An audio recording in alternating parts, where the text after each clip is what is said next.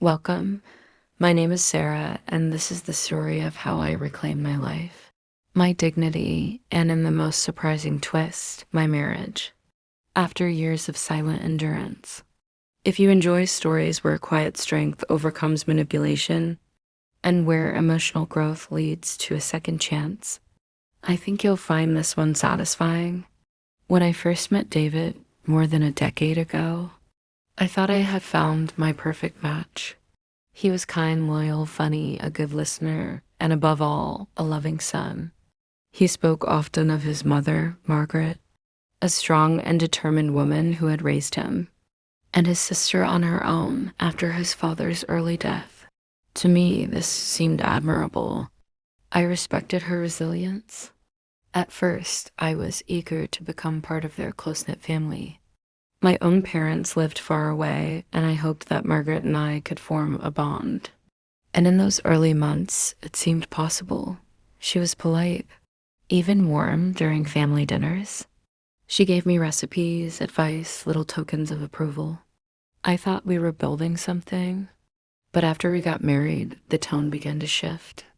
It started small comments about how I kept house, little corrections in my cooking, hints about David's favorite way of doing things. I brushed it off as generational differences. Then came the first real blow, our honeymoon. Margaret insisted on visiting the house, just to water the plants, but when we returned, we found that she had completely rearranged our kitchen and bedroom. David laughed it off. She's just being helpful. Sarah, don't take it so seriously. So I let it go. But from there, things only escalated.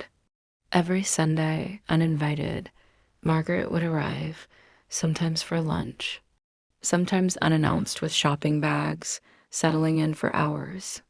If I protested, David would beg me to be patient, reminding me how lonely she was, how much she had sacrificed. When I became pregnant with our first child, Margaret's intrusions deepened. She criticized my prenatal choices, second-guessed every decision, insisted on accompanying me to appointments. When our daughter was born, she practically moved into our guest room just to help, she said. I was too exhausted to fight back, but her help quickly became control. She would snatch the baby from my arms, criticize my feeding methods, refuse to follow the routines I had set. More than once, I caught her whispering to the baby in front of me, "Poor thing, your mommy doesn't know what she's doing." I tried again and again to explain to David how this was affecting me. He listened, promised to talk to mom, but nothing ever changed. If anything, Margaret seemed emboldened. She would throw me a knowing smile after these talks, as if daring me to try again. I began to feel invisible in my own home. The worst moment came 2 years later, when we hosted Christmas dinner for both sides of the family. In front of everyone, Margaret gave a toast.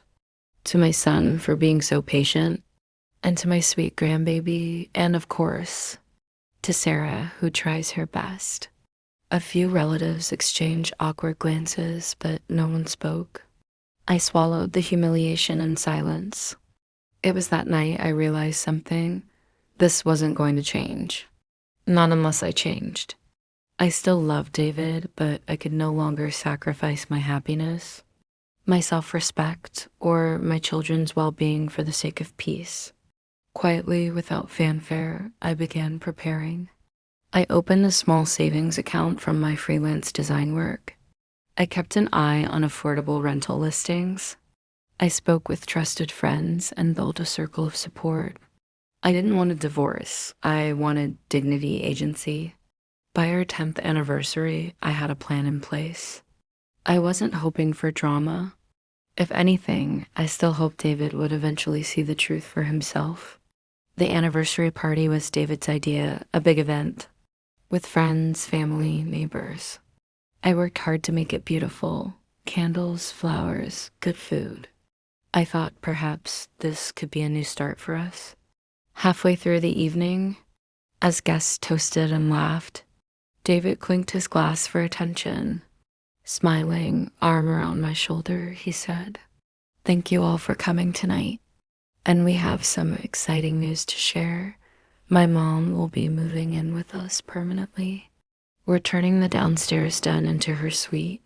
Isn't that wonderful?" My breath caught. I hadn't heard a word of this. The room fell quiet. Margaret, standing nearby, smiled at me, smug, victorious.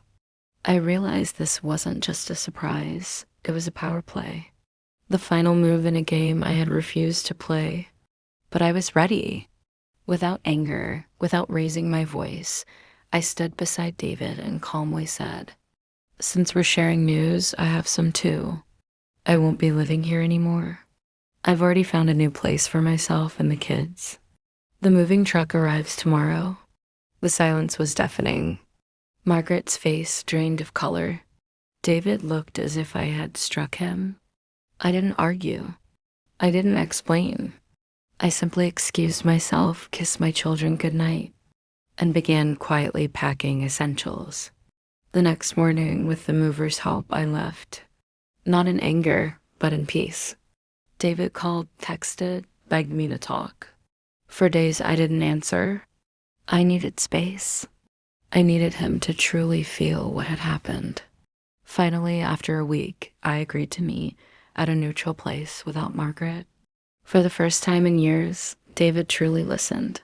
He saw the exhaustion in my face, heard the pain in my words, understood how deeply he had failed me, not out of cruelty, but out of weakness. He told me, "I didn't see it. I didn't want to see it, but now I do." He promised to change. Not just words, real action. He told Margaret she would not be moving in, that our marriage came first, that boundaries would be set and kept. I didn't move back right away. I made him prove it through time, counseling, consistent change.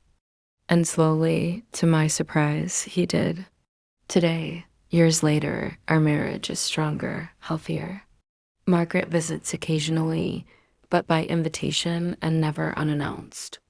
She knows now that I will never again be silenced. Most of all, I know my worth. I will never again surrender my dignity for the illusion of peace. And the moral of this story is simple. Standing up for yourself does not have to end love. Sometimes it's what saves it.